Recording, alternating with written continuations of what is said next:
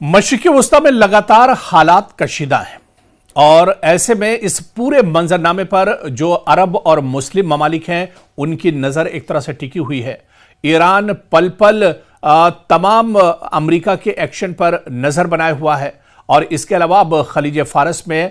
America का बहरी बेड़ा USS अब्राहम लिंकन भी लंगर डाल चुका है। तो ऐसे में अब ईरान भी एक तरह से एक्टिव है। लेकिन इस तरह की सूरत हाल में जब पूरे मशरिक़ी वस्ता में हालात कशीदा हैं, अरब ममालिक की जिम्मेदारियां काफ़ी ज़्यादा बढ़ जाती हैं। अरब ममालिक पूरी तरह से एक तरह से चौकन्ना है। मशरिक़ी वस्ता के जो ममालिक हैं उनकी नज़र पल पल के अपडेट और पल पल के हालात पर लगातार बनी हुई है। इस बीच अगर कोई मुल्क ईरान के साथ पूरी मजबूती के साथ इस तरह के हालात में खड़ा है, अमेरिका को ईरान के साथ साथ अगर कोई मुल्क इस वक्त आंखों में आंख डालकर बात कर रहा है तो वो कोई और नहीं बल्कि लड़ाका और जिहादी हूसियों का जो मुल्क है यानी यमन। यमन इस वक्त ईरान के शाना बशाना खड़ा है और यमन लगातार एक तरह से अमेरिका को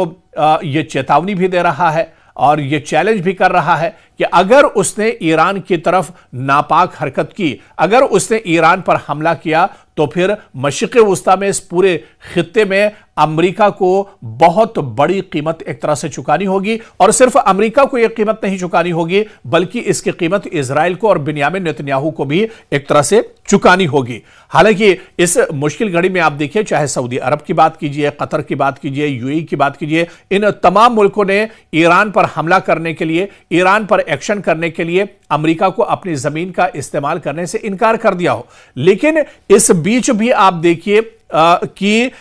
इस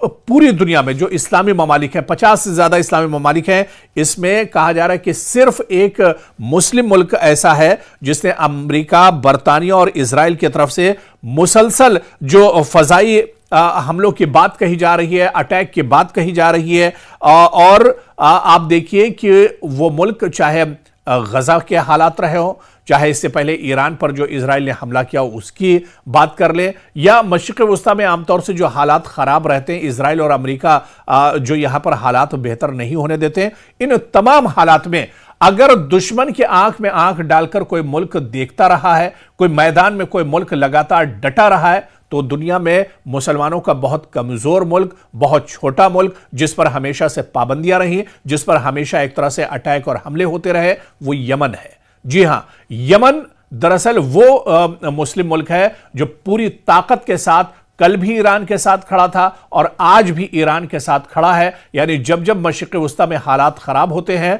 तो अमेरिका और इजराइल के खिलाफ अगर कोई सीना तान कर मुस्लिम मुल्क खड़ा होता है, पूरी ताकत के साथ खड़ा होता है, तो वही यमन है। लेकिन यमन जाहिर सी बात है, जिस तरह से हमने बताया कि बहुत छोटा सा मुल्क है और उसके ऊपर पाबंदियां भी हमेशा रही हैं। लगातार यहां पर छोटी मोटी लड़ाइयों का, तनाव का दौर, कशीदगी का दौर हमेशा से ही एक तरह से जारी रहता है। लेकिन इस बीच देखिए, जब मशरिक़ी वस्ता में हालात कशीदा है,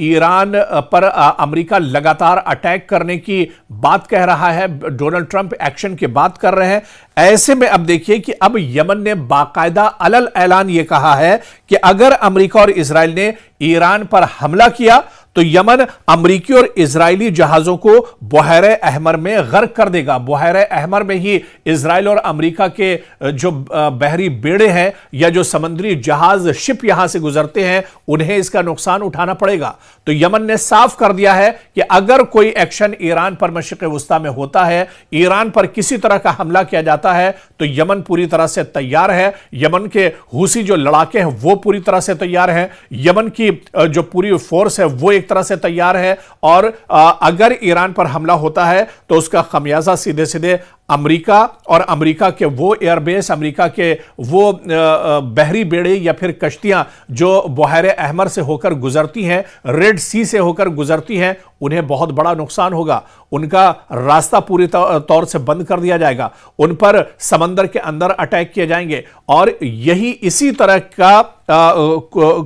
की धमकी जो है यमन ने इजराइल को भी दी है। और इजराइल से भी यही बात दरअसल यमन ने कही है कि अगर इजराइल पिछली बार की तरह जिस तरह से 12 दिनों का ईरान पर अटैक किया था, 12 दिनों की लड़ाई हुई थी, अगर उस तरह की नापाक हरकत इजराइल की तरफ से इस बार भी होती है तो इजराइल को भी सबक सिखाने के लिए मशरिक़ वुस्ता में यमन एक तरह से तैयार है। तो बहुत से इस्लामी ममालिक है और मशरिक़ वुस्ता तो पूरे कई इस्लामी ममालिक मिडिल ईस्ट में है, लेकिन अगर इन कशीदा हालात में, मुश्किल हालात में अगर कोई ईरान के साथ खड़ा है शाना बशाना और पूरी ताकत के साथ और दुश्मन को चैलेंज कर रहा है तो वो यमन है।